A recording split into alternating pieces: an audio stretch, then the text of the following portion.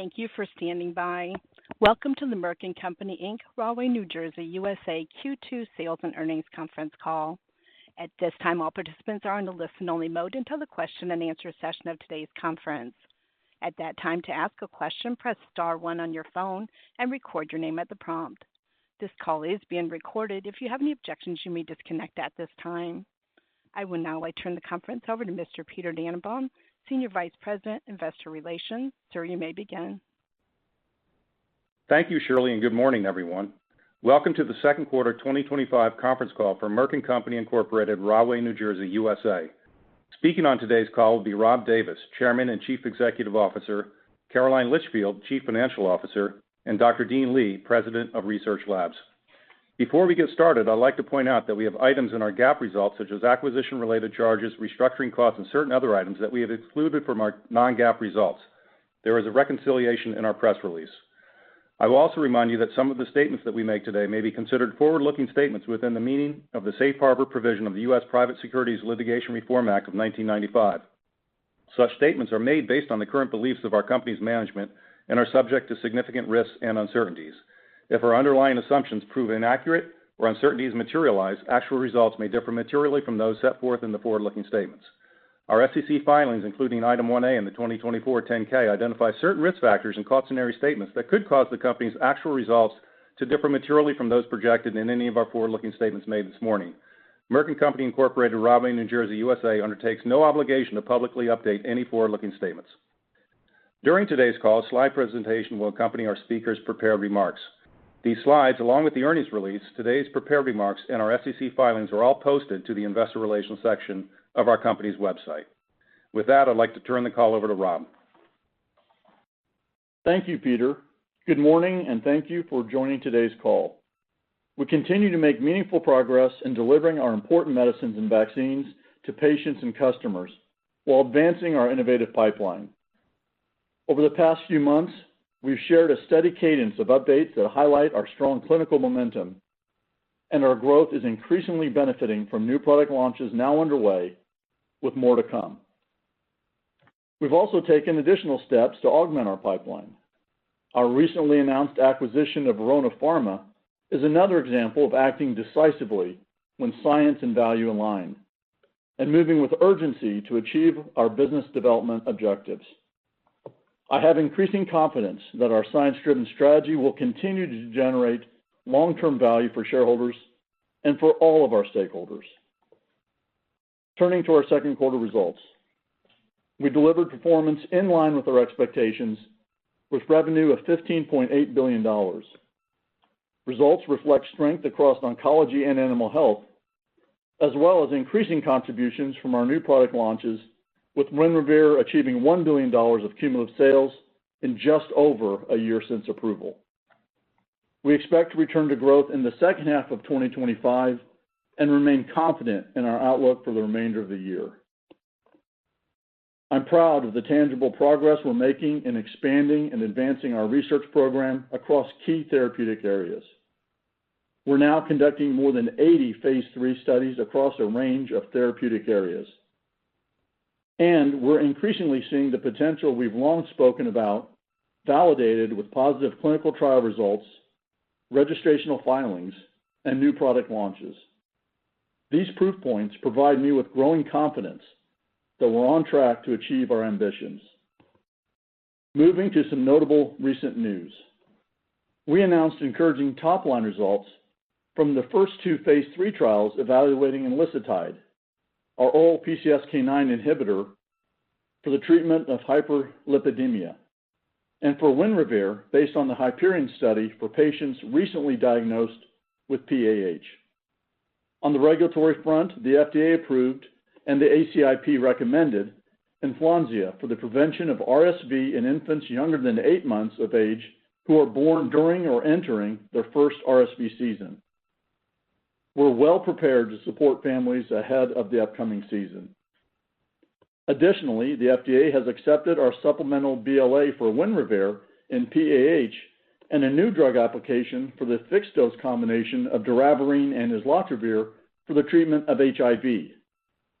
At the IAS conference earlier this month, we highlighted new findings from our promising HIV pipeline, and we're excited about MK-8527, which has the potential to be the first once-monthly pill for HIV prevention. We also hosted an investor event to showcase our HIV programs and the important commercial opportunity they represent. Our oncology pipeline continues to break new ground.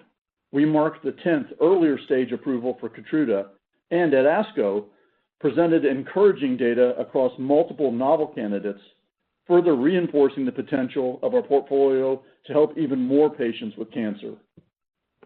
Finally, the acquisition of Verona Pharma brings us Ohtuvayre, a novel first-in-class treatment for chronic obstructive pulmonary disease, or COPD, that complements our growing cardiopulmonary program and reflects our commitment to transformative science in areas of significant unmet need.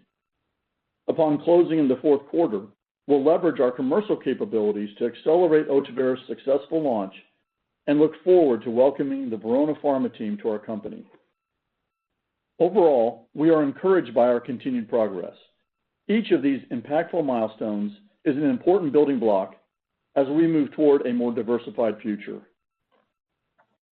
As I've said before, our company is entering a period of rapid transformation, which will be marked by meaningful impact on patients and the practice of medicine, and we couldn't be more excited about our future. Over the past several years, we've built the largest and most diverse pipeline in our company's recent history. We have over 20 new and potential future growth drivers, including the successful recent launches of Winrevair and Capvaxive. We also have numerous novel late-phase compounds with potential for significant patient benefit and blockbuster commercial opportunity. Candidates such as enlicitide, tulisokibart, sac-TMT, and MK-3000, to name a few, represent potentially profound scientific advances, exactly the types of innovations that Merck is known for. We're committed to fully investing behind our pipeline given the tremendous opportunities we see, and will continue to do so with sharp focus and discipline for the benefit of the patients we serve.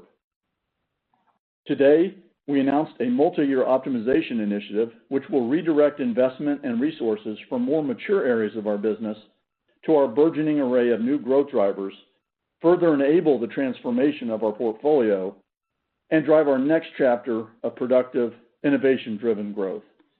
Caroline will provide more detail on this in just a moment. In summary, we're leveraging our scientific expertise to deliver the next wave of innovation that can save and improve lives around the world. My confidence in our ability to successfully navigate the Keytruda LOE period increases with each new launch, data readout, and business development transaction. I continue to see the LOE as more of a hill than a cliff, and I'm confident in our ability to grow over the long term. I want to thank our talented and dedicated global team for their hard work and commitment to delivering value for patients, shareholders, and for all of our stakeholders. With that, I'll turn the call over to Caroline. Thank you, Rob. Good morning. As Rob noted, second quarter performance was in line with our expectations. I am pleased to again report that the fundamentals of our business remain strong, with continued robust global demand for our diverse, innovative portfolio of human and animal health products. Our commercial and operational execution enables us to generate value in the short term, while we invest in the next generation of innovations and advance our pipeline for the long term to deliver value for all stakeholders. Now turning to our second quarter results. Total company revenues were $15.8 billion, a decrease of 2%, both nominally and excluding the impact of foreign exchange. As expected, results were impacted by a decline in sales of Gardasil in China of approximately $1.3 billion, reducing growth by 9 percentage points. Excluding these sales, global growth was 7%, primarily driven by strength in oncology and animal health, as well as new products, Winrevair and Capvaxive, which are each off to an outstanding start. The following revenue comments will be on an ex-exchange basis.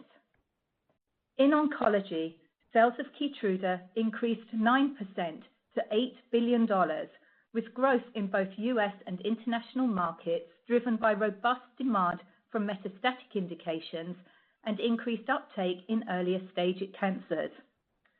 Usage in tumors predominantly affecting women, including those with certain breast, cervical, and endometrial cancers, was a key contributor to growth. In addition, we saw increased use of KEYTRUDA in combination with PADCEV in first-line locally advanced urothelial cancer. We also received positive feedback from healthcare providers following the recent launch of a treatment regimen with KEYTRUDA for certain patients with resectable, locally advanced head and neck cancer based on KEYNOTE-689. This is the first perioperative anti-PD-1 regimen approved for treatment of patients with this disease. Our broader oncology portfolio achieved another quarter of strong growth. Of note, WELIREG sales increased 29% to $162 million, predominantly driven by increased use in certain patients with previously treated advanced renal cell carcinoma in the U.S. In vaccines, GARDASIL sales were $1.1 billion, a decrease of 55%, driven primarily by China. Excluding China, sales declined 4% due to lower sales in Japan, reflecting the expiration of reimbursement for the catch-up cohort and timing of public sector purchases in certain international markets. Sales growth of 2% in the U.S.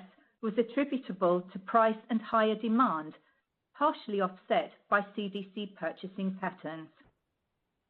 In pneumococcal, CAPVAXIVE sales were $129 million, driven by demand from both retail pharmacies and non-retail customers, including integrated delivery networks and clinics. We remain well positioned to help protect more adults from invasive pneumococcal disease and drive continued growth moving forward. VAXNEUVANCE sales increased 20%. In the U.S., growth benefited by approximately $60 million from CDC stockpile activity, partially offset by competitive pressures. The benefit to VAXNEUVANCE was offset by a drawdown of CDC stockpile inventory for RotaTeq and VARIVAX, resulting in a net neutral transaction.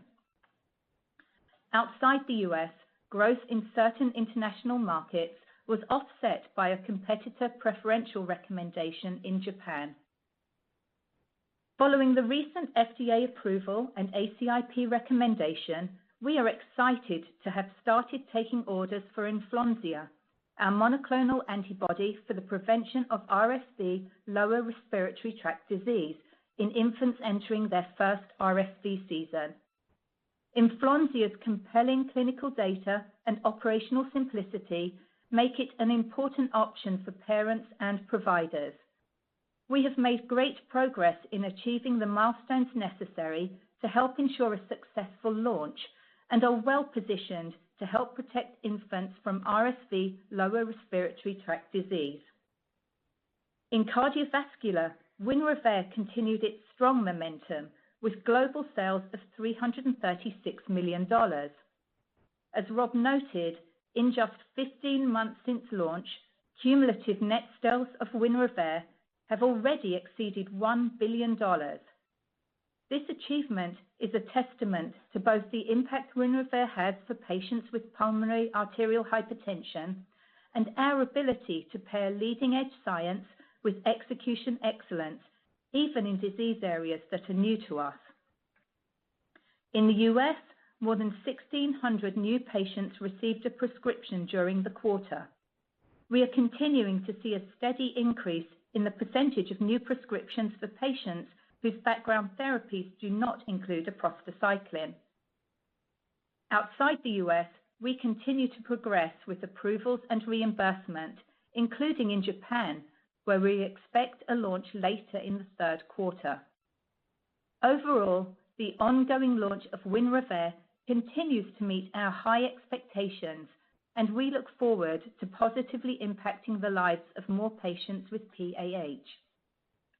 Our animal health business delivered very strong growth, with sales increasing 11%. Livestock growth reflects higher demand across all species, as well as sales from the aqua portfolio acquired from Elanco. Companion animal sales growth reflects price. Growth in both segments also benefited from improved supply. I will now walk you through the remainder of our P&L, and my comments will be on a non-GAAP basis. Gross margin was 82.2%, an increase of 1.3 percentage points, driven by favorable product mix. Operating expenses increased to $6.6 billion, including a $200 million charge related to the license agreement with Hengrui. Excluding this charge, operating expenses grew 4%, reflecting disciplined investments in support of our robust early and late-phase pipeline, as well as key growth drivers. Other expense was $54 million. Our tax rate was 15%. Taken together, earnings per share were $2.13. Turning to our outlook. As Rob noted, our company is rapidly moving to a future with a diversified set of growth drivers, each with the potential to address important unmet patient needs. We have a compelling array of novel pipeline candidates as a result of our steadfast commitment to innovation and our long-standing efforts to invest with discipline. To ensure we are well-positioned to maximize the many opportunities in front of us, we have announced a multi-year optimization program. This portfolio management program will enable us to fully reinvest $3 billion of cost savings from lower growth areas of our business to higher potential areas in order to have maximum impact. It will also allow us to leverage technological advancements to enable productivity and streamline our operations. Taken together, our overall investment will continue to increase, a reflection of the many compelling opportunities we have. We are confident these actions will position us to deliver value for patients, customers, and shareholders, as well as drive long-term growth. Now turning to our 2025 non-GAAP guidance. We expect full-year revenue to be between $64.3 and $65.3 billion. This range represents growth of 1 to 2%, excluding a negative impact from foreign exchange of approximately 0.5% using mid-July rates.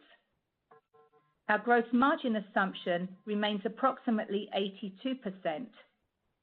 Our guidance of $200 million of costs related to the impact of tariffs is unchanged, pending the outcome of additional potential government actions. Operating expenses are now assumed to be between $25.6 and $26.4 billion. This range continues to include the $300 million milestone to Lenovo for the tech transfer that was completed earlier this month. This guidance does not assume the proposed acquisition of Verona or additional significant potential business development transactions. Other expense is expected to be between $300 and $400 million. We now assume a full-year tax rate between 15 and 16%. We assume approximately 2.51 billion shares outstanding. Taken together, our EPS guidance is $8.87 to $8.97. This range includes a negative impact from foreign exchange of approximately 15 cents using mid-July rates. As you consider your models, there are a few items to keep in mind. We remain confident in the outlook for our launch products and continued growth across oncology and animal health, as well as our return to growth in the second half of the year. In China, Gardasil channel inventories remain elevated and demand continues to be soft. As a result, we will not resume shipments to China through at least the end of this year. As we look to the balance of the year for Gardasil, Japan will be a more significant headwind to growth in the second half of the year as we lap the increase in vaccinations from the catch-up cohort in 2024. Overall, we expect full-year growth for Gardasil, excluding China.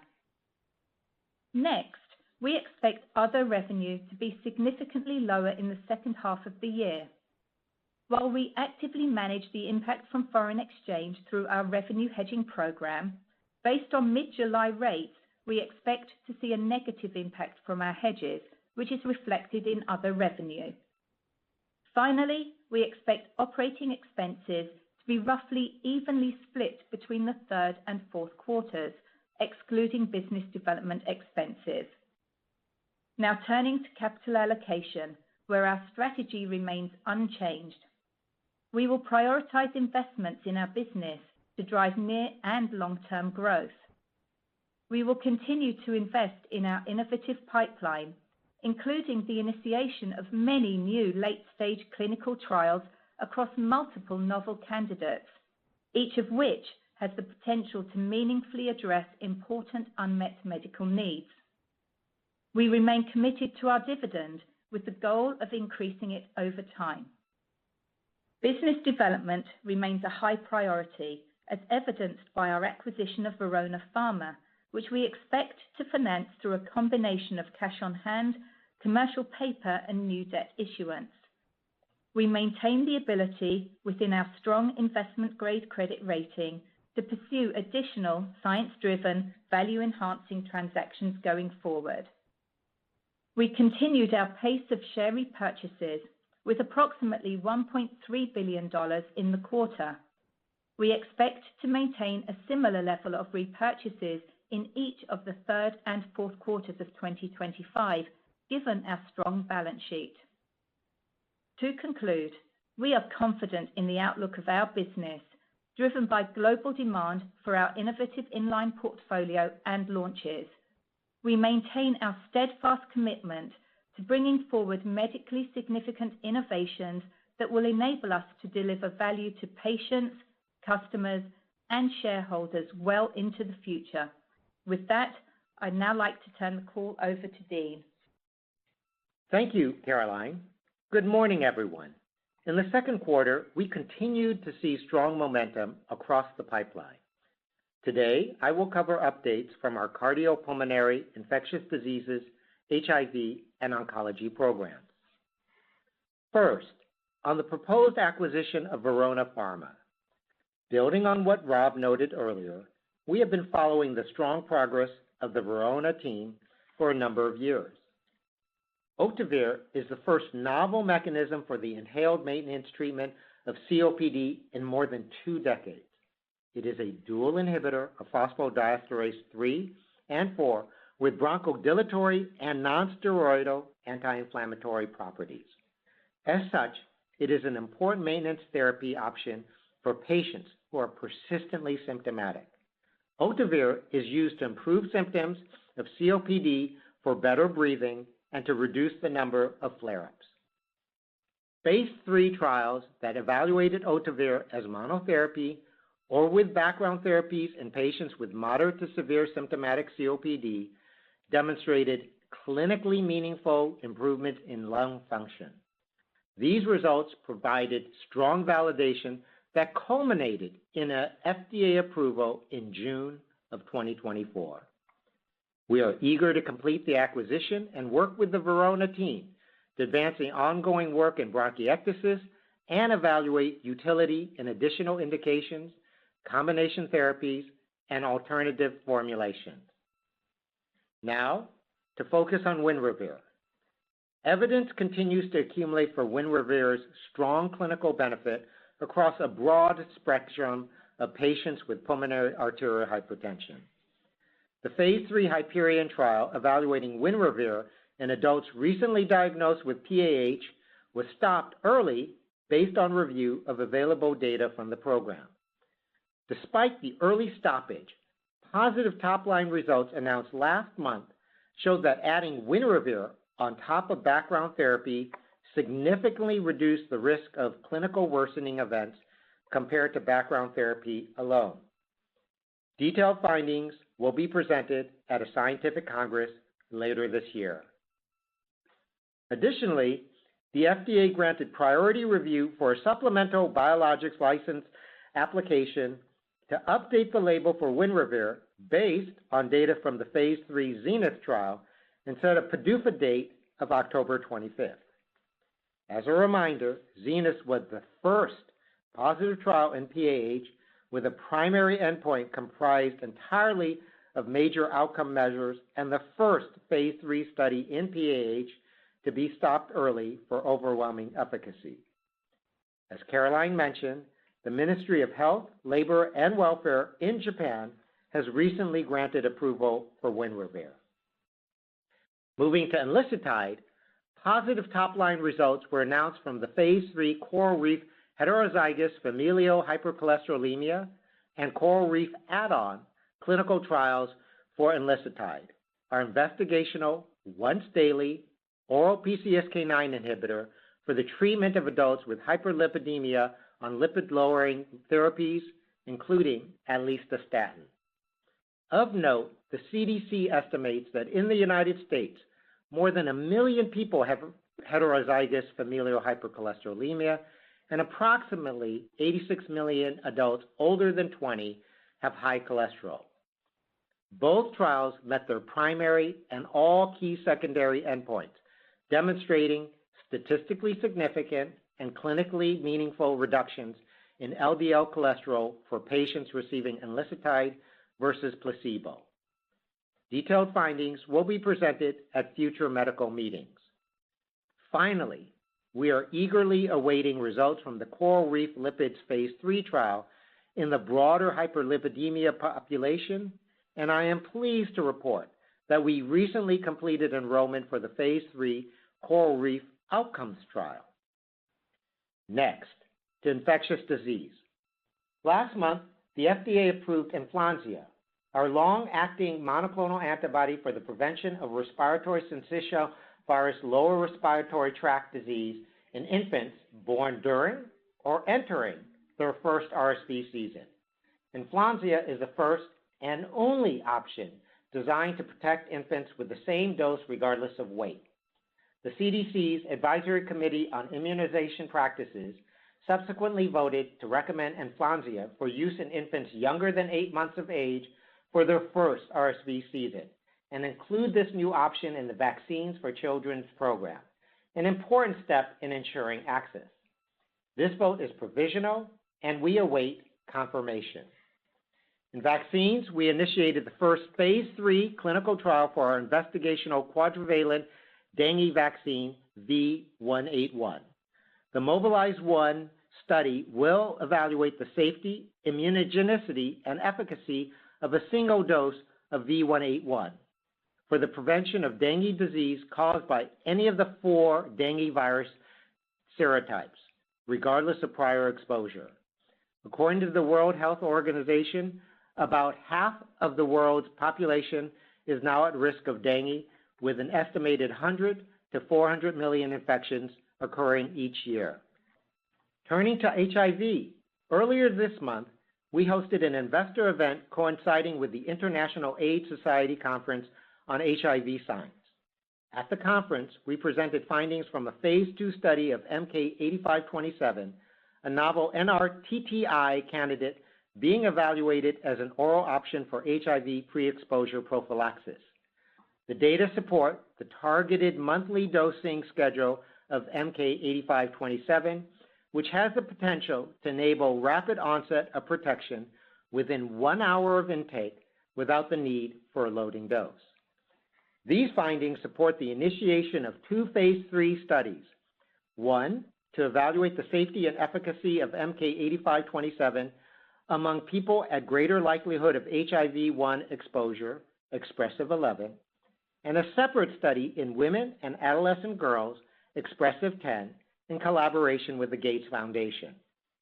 We believe MK-8527 has the potential to be an important new option for people at high risk for HIV.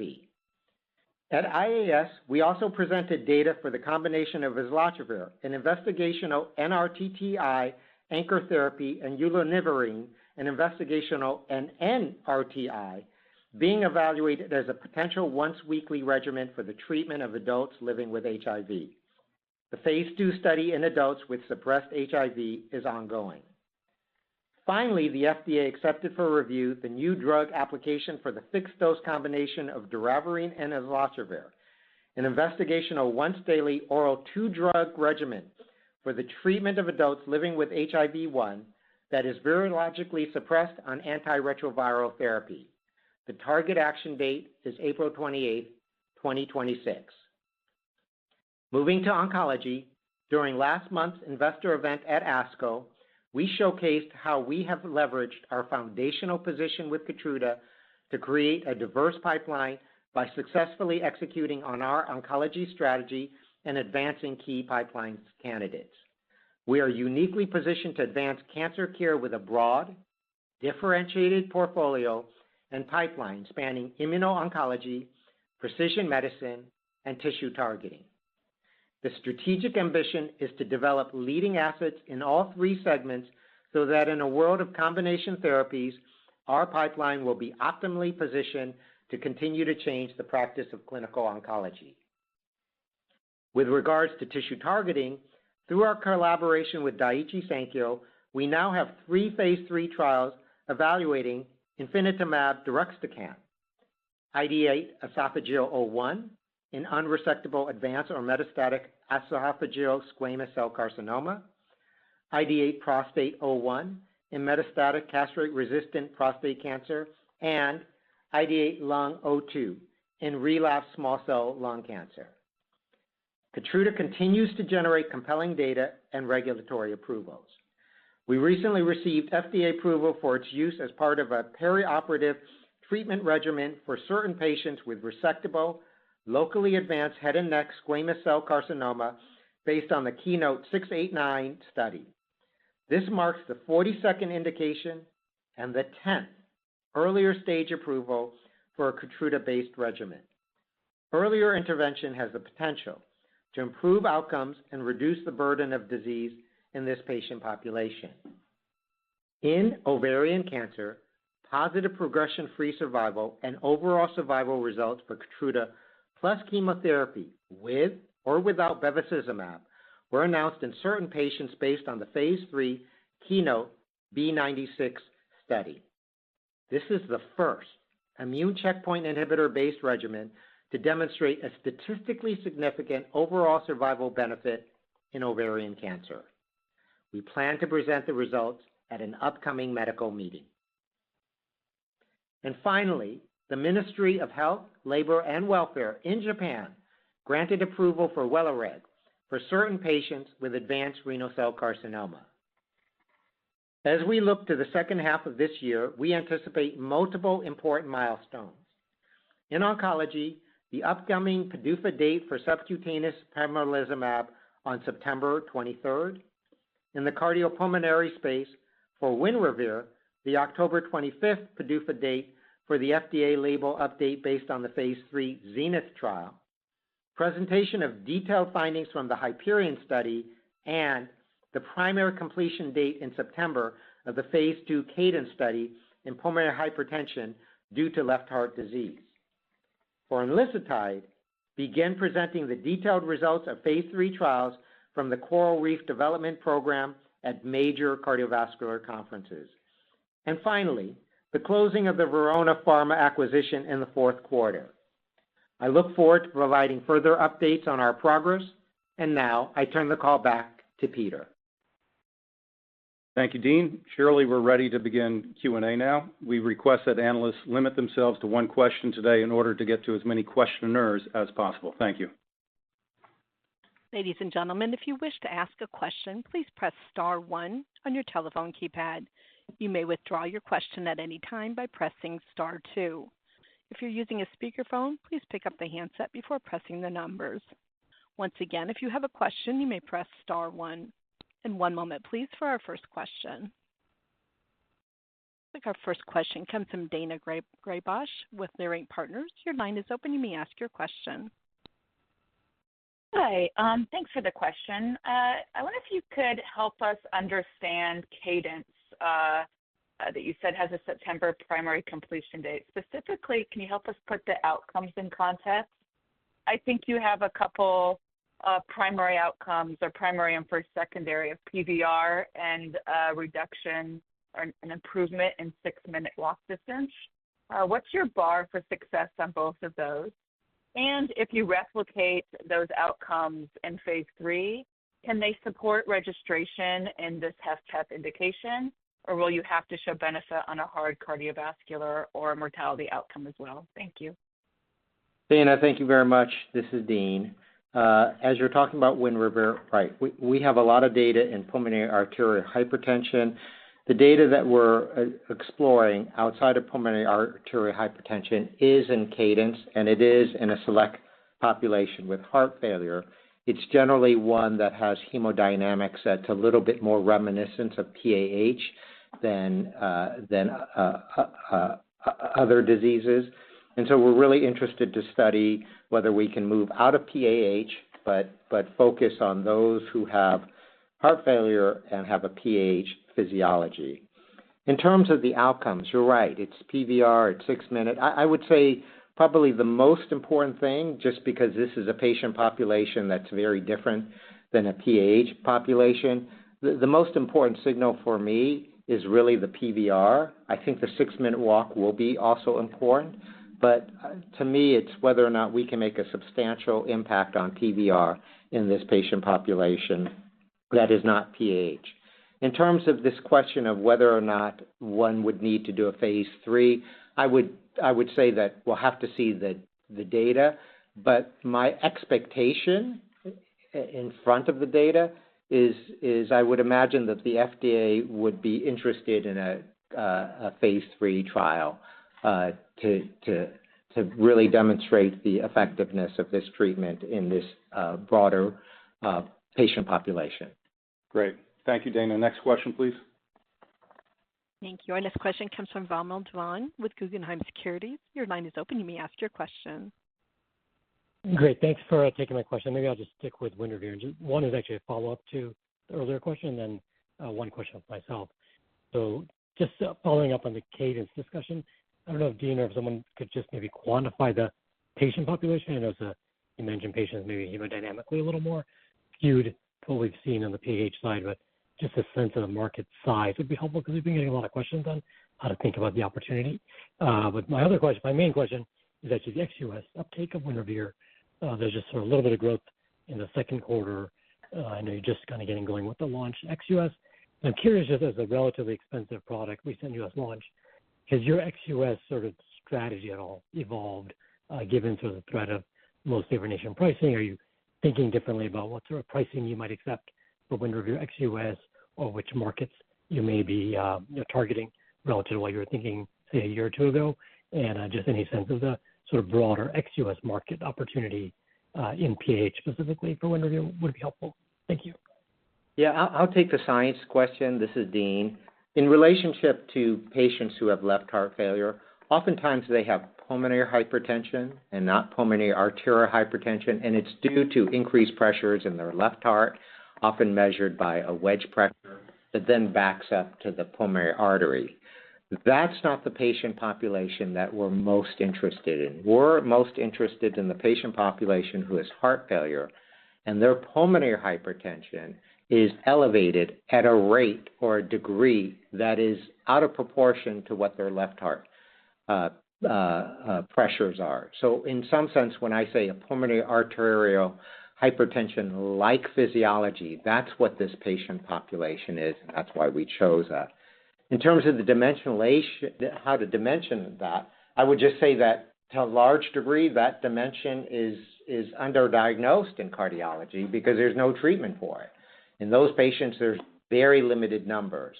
I would say that if you look at estimates in the absence of any treatment for these patients, I think they're going to be in the range of in the range of pulmonary arterial hypertension and some factor maybe above that. But I do believe that unlike pulmonary arterial hypertension, where there's very good epidemiology, here in this physiology, I don't know that the epidemiology is so certain because there hasn't been a treatment, and when oftentimes there's not a treatment, the epidemiology one has to be a little bit thoughtful about. Yeah, and Vamil, this is Rob. As it relates to the ex-US business, overall, to your point, it is still very early in the launch, and really we're going to really see most of the reimbursements coming in the second half of this year, and that's when you're really going to see growth. But if you look at what happened in the quarter, we're actually seeing contracting is in the markets where we are currently marketing the drug, like Germany. It's off to a good start. What you saw from the revenues, actually there was a pricing adjustment in the quarter that's why it appeared flat. But as we look forward, we do continue to see a strong opportunity for growth. And just to contextualize, you might recall this is about 90,000 patients, worldwide. Roughly half of that is United States. The other half is Europe and Japan. And we expect I think recently got approval in Japan, so that's coming in the back half of the year. And then we expect broader reimbursement through Europe. So as we sit here today, it's early, but I would say it's on track. Great. Thanks, Vamil. Next question, please, Shirley. Thank you. Our next question comes from Chris Schott with J.P. Morgan. Your line is open. You may ask your question. Great. Thanks so much for the question. I just wanted to dig into the $3 billion restructuring announcement. I know you mentioned in the press release you're planning to fully reinvest that, but just when we balance what seems like a large ramp in the pipeline and the phase 3 programs over the next few years against this cost initiative, can you just help us a little bit of how we should think about either operating margins or absolute OPEX growth trending the next few years? I'm just trying to get my hands around what that looks like in any just qualitative sense you can provide. Thank you. Yeah, I appreciate that, Chris. Maybe I'll give a high-level answer, and then Caroline can fill in some of the details. If you look at what this is about, this is as we sit here today and look at really the impressive opportunity we have with these 20-plus launches, we will and we need to fully fund behind those launches. We need to continue, and we will fully fund behind our phase 3 pipeline on an R&D basis. To be able to do that and to continue so we will be growing our spend over time, but we want to do it productively and efficiently, and that's why we're looking to reallocate money and resources from the slower growth areas of the business to fully fund into the fast-growing areas of our business. So really this $3 billion that we've referred to is a reallocation within our portfolio from the slow-growing areas to the faster-growing areas, with continued expectation that you're going to see overall growth in spend, hopefully, though, at a more productive level than you would have otherwise seen, and with those investments, as I said, targeted to our pipeline, making sure we fully fund the phase 3s, and to preparing for the commercial launch. But maybe Caroline can build out some details. Yeah, so I think you've covered the headlines well, Rob.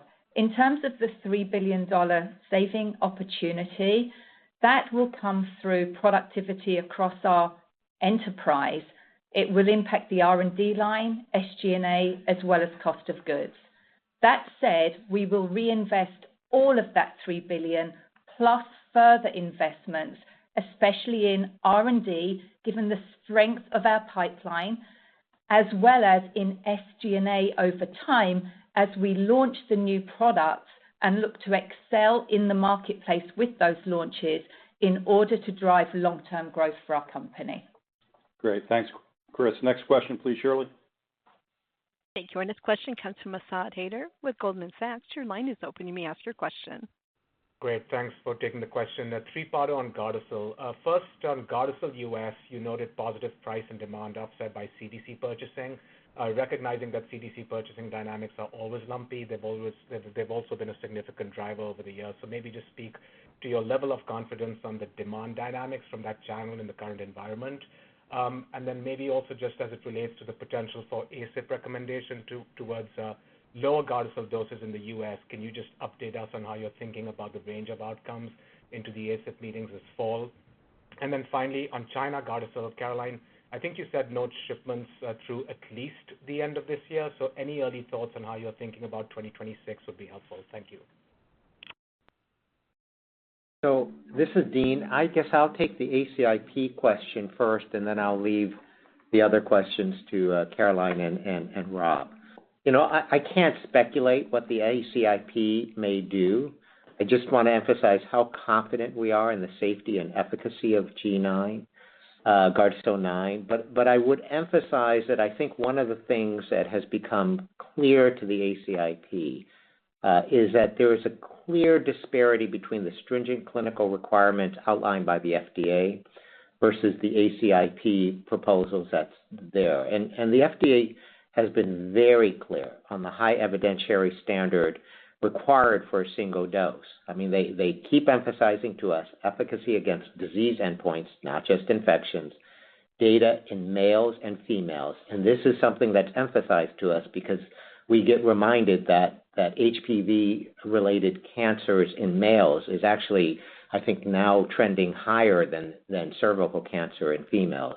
They have a very high statistical bar and a long-term, they want very long-term durability of protection. In terms of the ACIP, there's no agenda posted for the August, September, and October. However, this was sort of a topic that got postponed, so we imagine that there will be discussion about it, but we are very clear on the safety and efficacy and the clear disparity between the FDA's high evidentiary standard and any data to date in relationship to a single dose.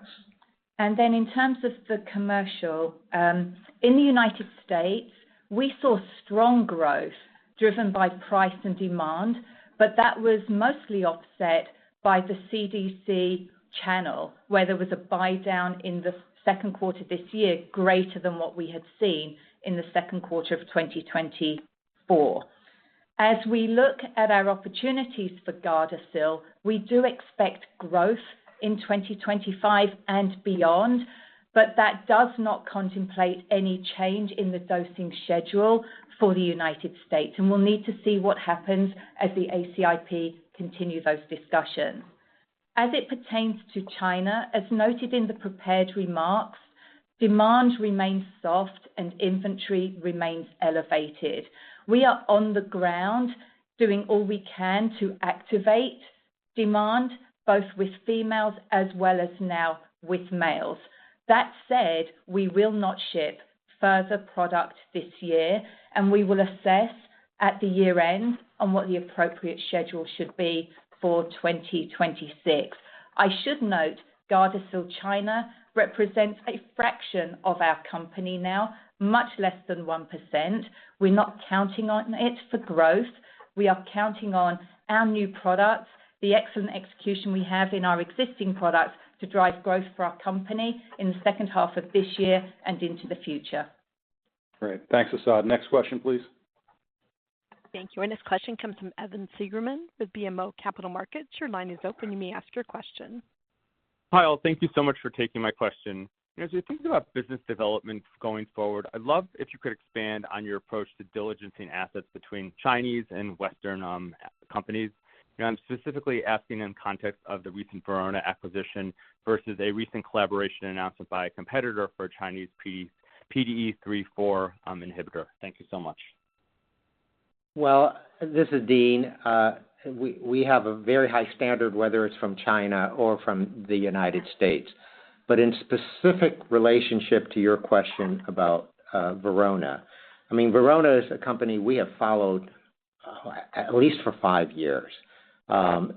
We were always intrigued by it because they had a dual inhibitor of PDE3 and 4 with the possibility of bronchodilatory and non-steroidal anti-inflammatory properties. And as we watched it, we had recognized that it could be the first novel mechanism, and it is now the first novel mechanism to get approved for inhalation for COPD. And so for us, the fact that it's approved within the United States and the fact that, we've talked to patients and physicians who use it, we believe that it lays a beachhead or groundwork for this field, and our ability to move that quickly with Verona is an advantage to us, especially when we're a company who's revisiting our roots in cardiopulmonary, cardiometabolic.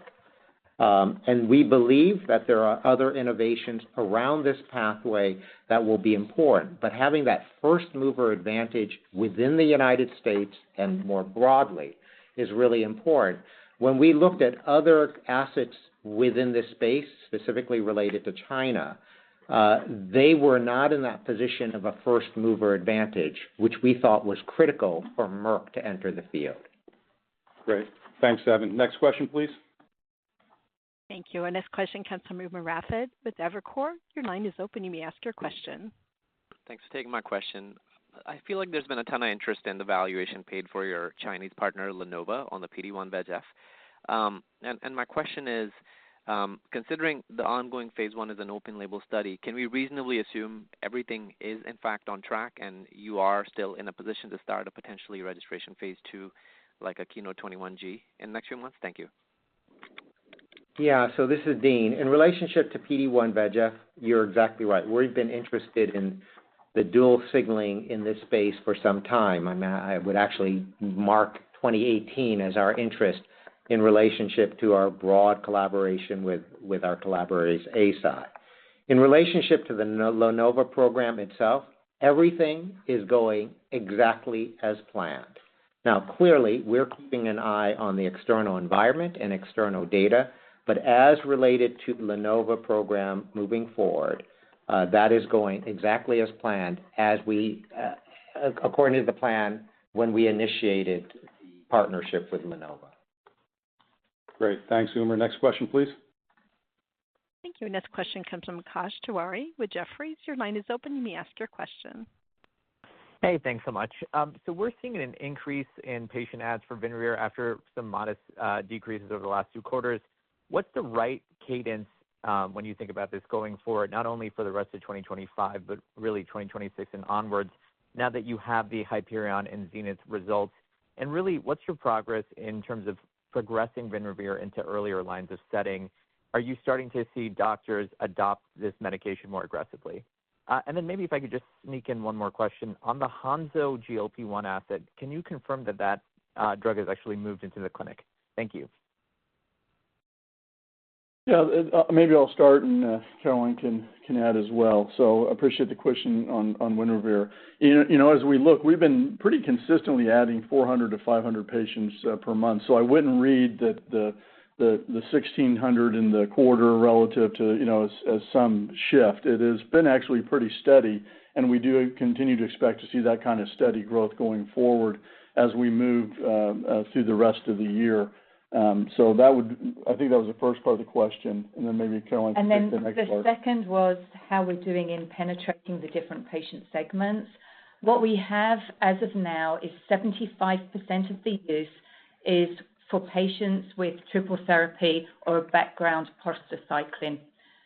That is increasing as we move forward, and indeed of the 1,200 plus physicians that have now prescribed Winrevair, more than 50% of those have prescribed the product in patients that are less severe or on dual therapy. So that gives us a lot of confidence in our future as we continue to not only help those severe patients, but increasingly move into those patients who are less severe.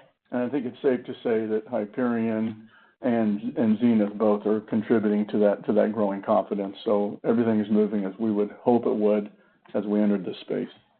I think just to mention something in Winrevair, I mean, I've actually talked to many of the KOLs at the major center. I think there's just a stream of information that will be helpful. It's not one event per se. I think, a label update would be really important.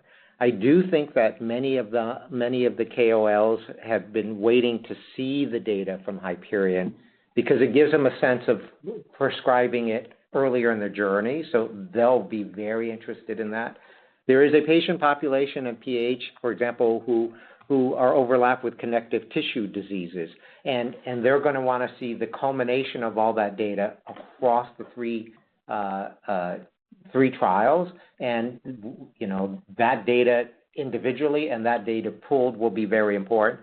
And clearly, the continued cytiria and the fact that the adverse effects and all of this sort of thing are well within the label are things that are going to create an interest of the KOLs to begin to adopt this earlier in the journey and to other patient populations such as connective tissue disease. In relationship to the Hansoh GLP-1, we said that moving to clinic this year, and everything is on schedule. Great. Thanks, Akash. Next question, please.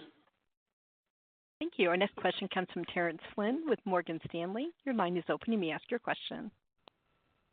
Hi, thanks for taking the question. I was wondering if you could offer any preliminary perspective on how a 15% tariff on pharmaceuticals would impact your 2026 outlook. Recognize you're not going to give guidance at this point, but was just wondering if you could help frame for us the potential impact there, and then any insight if this would be phased in over time or if this would be implemented more near term. Thank you.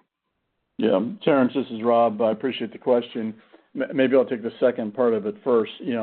So we need to see more clarity, both from the administration and just overall as to exactly how this is going to play out. So it's still not clear exactly how this relates relative to the 232 investigation and the timing, so to speak, whether these apply now or will be phased in until there's further guidance. I can't really speak to it. But what I would tell you is, as we look at, and I don't want to give 26 guidance because we're not giving forward guidance, but as you look at 25, I would tell you if this was implemented immediately, it would be minimal impact based on all the work we've done around inventory management and moving our manufacturing to the U.S. We're very well positioned overall as we look forward to be able to do that, and we have made very good progress as we look at even 26. We'll give the specific guidance as we move forward, but for 25, this would be minimal. Great. Thanks, Terrence. Next question, please, Shirley. Thank you. Our next question comes from Courtney Breen with Bernstein. Your line is open. You may ask your question. Hi, thank you so much for taking the question today. Coming back to the comments you've made around the cost savings program and the reallocation of this, can you give us a little bit of context on your intentions with Keytruda, specifically recognizing that asset is coming nearer to the end of its life cycle, yet there are still many launches to come, as well as a subcutaneous product launch ahead. And so how you're planning on reallocating in the context of Keytruda, SG&A, relative to the newer opportunities that you need to fund in both R&D and those new launches. Thank you very much. Yeah, Courtney, thank you for the question. As you think about where we sit in oncology, and maybe just contextualize, and I'll answer the question.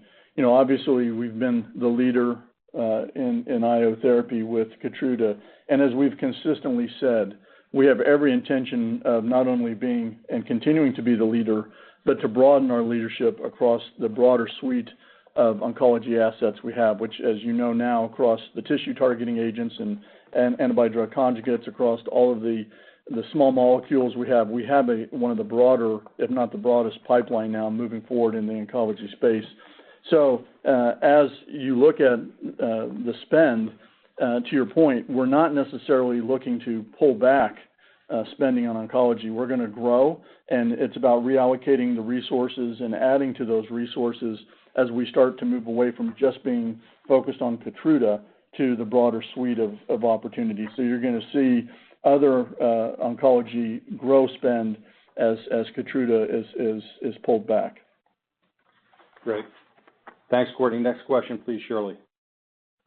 Thank you. Our next question comes from Trung Nguyen with UBS. Your line is open. You may ask your question. Hi all. Thanks for taking my question. It's just one on the One Big Beautiful Bill expanding the orphan drug exclusion under the IRA and how that affects the timing of Keytruda's potential selection for IRA price cuts. So when Keytruda was initially approved, it carried an orphan designation. Its first non-orphan indication was approved about a year later. So does this One Big Beautiful Bill update effectively shift Keytruda's IRA selection from 2028 to 2029? And then would the presence of biosimilars by that time actually mean Keytruda won't be selected for IRA? Thank you. Yes, I appreciate the question. So maybe just from a policy perspective, we are very supportive of the language that was put in support of orphan drugs. We've long believed that investing behind orphan and rare disease is important, and that the more we can do to support that, it is something which will benefit patients going forward. So in that sense, we're very much supportive of what the one big beautiful bill included in that regard. As it relates specifically to your question, you are correct that so KEYTRUDA did launch with an orphan indication in melanoma in 2014. The first non-orphan indication was of lung cancer in 2015. And based on the reading of the bill, as you've done, if you look at what is in there now, that would imply that you would expect now to see the drug selected for negotiation in 27 for implementation of the negotiated price in 29. I'm not going to speculate to whether or not it continues to be included or not as it relates to the LOE, the impending LOE. We'll have to see how that plays out. But I also think it's important to also understand, with all this said, what we're focused on is how do we grow the business post the impending LOE of KEYTRUDA and drive for sustainability in our business long term. So that is our focus. This is nice, but does not change that fundamental view of our business. Great. Thanks, Trung. Next question, please. Thank you. Our next question comes from Tim Anderson with Bank of America. Your line is open. You may ask your question. Thank you. A couple of long-term questions for Rob. So, Rob, you continue to describe the loss of KEYTRUDA as being more of a hill than a cliff. Our model shows the same, but I don't think investors and consensus really believe that. And you say you're confident in return to growth downstream of that period. So 2 questions. On the hill comment, can you just remind investors the biggest offsets that you see today for how losing a product that's 50% of your revenues at the time of expiry will in fact not be a cliff? And then second, when you talk about confidence in growth over the longer term, can you put parameters around that for when that would be likely? We show trough revenues 2031. That would be 3 years past patent expiry. Ballpark, is that a realistic time frame for when consistent growth would return? Yeah, Tim, thank you for the question. Actually, I very much appreciate it because this is the core of the valuation thesis for our company. And my own view of this is that I do think the Street underappreciates the power of what we have in our pipeline. And as we see that play out, as I've consistently said, as we see those proof points continue to play out, and I would point to WINREVAIR as the first. We're now seeing it with CAPVAXIVE. I think clesrovimab will be another one. We have enlicitide coming, STAC-TMT. All of these opportunities as they roll out, I think that confidence will grow over time. But to your specific question, what are we focused on? Recall that we've given guidance in a broad sense to the fact that we see over $50 billion of potential opportunity from our different therapeutic areas, starting with oncology, broad-based oncology. We now have over 60 phase 3 clinical studies, I think across, 13 different tumor types, which will be coming over the next, 5 years. Incredibly broad across our antibody drug conjugates, across all of the small molecules. We have the individualized neoantigen therapy. The list would go on, but we think those alone are over $25 billion, and we had an opportunity at ASCO to begin to talk about some of that, and we will continue to show more of that as we go forward. Our confidence there is better today than it was even at ASCO. With every card we turn, we feel better about that going forward. And then you look beyond that into cardiometabolic. We've directed to approximately $15 billion in the cardiometabolic space, really with foundational elements coming from WINREVAIR, which we talked about, and we continue to be very enthused by what we're seeing there. Enlicitide, our oral PCSK9, we continue to think is a huge opportunity. We'll continue to focus on what we have in MK6024, which is our MASH product. We're going to see, I think, data later this year. We continue to feel very good about that. So our overall suite of the cardiometabolic space, we feel very good about. That's the $15 billion. Ophthalmology, I think, is underappreciated with a multi-billion-dollar opportunity. We just recently went through our HIV portfolio with approximately $5 billion of opportunity, and we feel very good about that, and the data we have and where our portfolio is going to go is very important. Immunology is another $5 billion, which is important to focus on. Animal health, you look at the quarter of the growth we showed in animal health this quarter. This business is going to be a fast-growing business for this company throughout our long-range plan period, and is really based on a new product story, very much like the human health business. We're actually just got approval in Europe for Numelvi, our JAK inhibitor for dermatitis. We just got approval for our injectable once annual in the United States. Those are the first of multiple new product offerings coming in that business that is going to allow us to more than double it by the time we get out to the mid-2030s.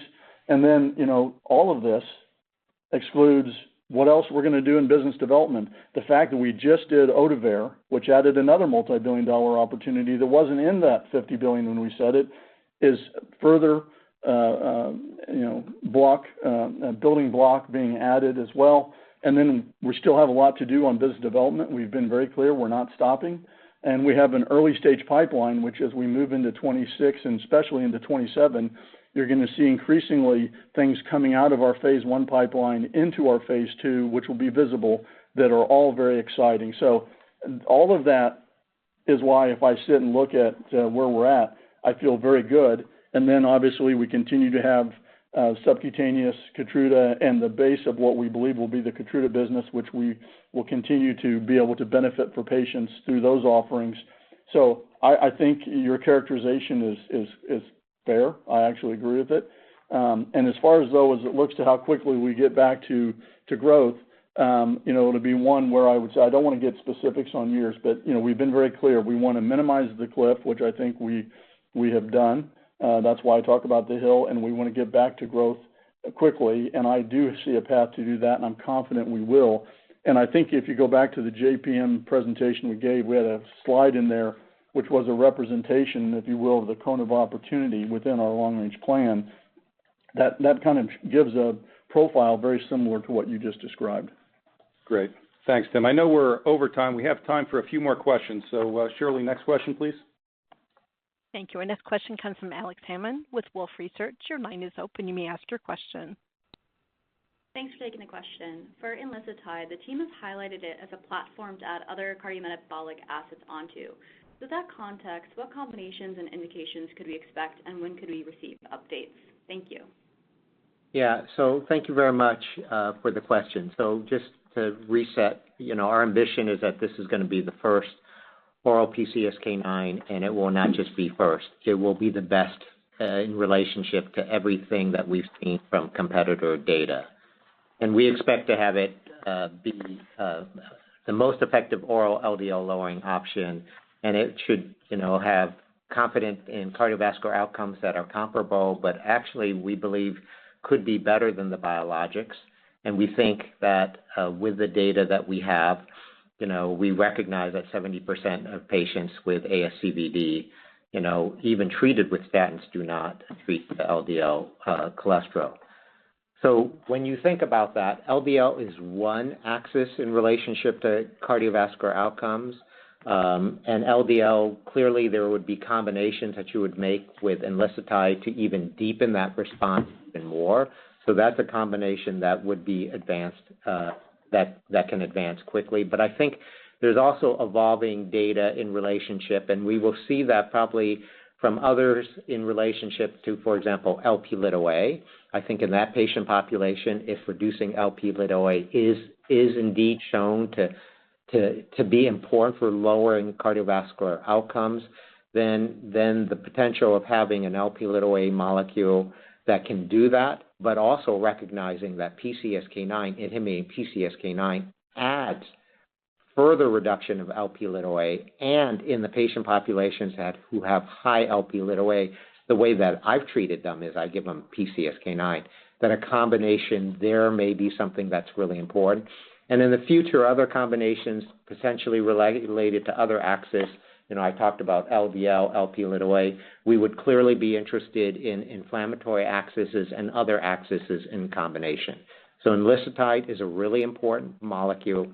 It is a molecule that we believe that can serve as a platform to be driving cardiovascular outcomes in increments of 20, 25%, 30%, and we're very excited for that future. Great. Thanks, Alice. We have time for 2 more questions, please. Thank you. Our next question comes from James Shin with Deutsche Bank. Your line is open. You may ask your question. Good morning. Thank you for squeezing me in. One for Dean. Dean, appreciate everything is on schedule for MK 2010, but was Merck notified of Sino Biopharm's interest in Lenova? And does that have any bearing on Merck's commitment to 2010 or the development of a PD-1 VEGF bispecific more broadly? Thank you. I would just emphasize our commitment is based on our interest in the space since 2018. So our commitment has not changed. And as I've said, the Lenova program that we have is moving forward as planned. In terms of notification or not notification, that's something that we don't comment in terms of business development. Correct. Great. Thanks. Last question, please. Thank you. Our last question comes from Mohit Bansal with Wells Fargo. Your line is open. You may ask your question. Great. Thank you very much for taking my question. So I have a question regarding the guidance. So if I compare the guidance on FX basis versus the prior quarter, it does seem like you lowered the upper end of the growth from. Just wanted to understand if there is a change in the operational business that we need to be aware about. Thank you. Hey, your line cut out. I think the question was about the you see a reduction in the guidance, but can you talk about guidance, Caroline? Sure. So the guidance that we've given this quarter is to maintain the midpoint for revenues and to increase EPS by 3 cents. There was a very modest tailwind from foreign exchange, and that has really offset a few headwinds. The first would be a low level of COVID cases during the summer season, which has impacted our outlook for Lagevrio. The second is we have seen an early entrant of a biosimilar for pembrolizumab in Argentina, which has impacted revenues there. All of that said, we are confident in our ability to drive growth in our business this year of between 1% and 2%. And when you exclude the impact of the headwind of China Gardasil, we have underlying growth of between 6% and 8%. So we're confident in our future despite the uncertain macro environment that does exist for our industry. Great. Thank you all very much for your questions. As always, Investor Relations is available for any follow-ups. Thank you very much. Thank you. Thank you. This concludes today's conference. We thank you for your participation. At this time, you may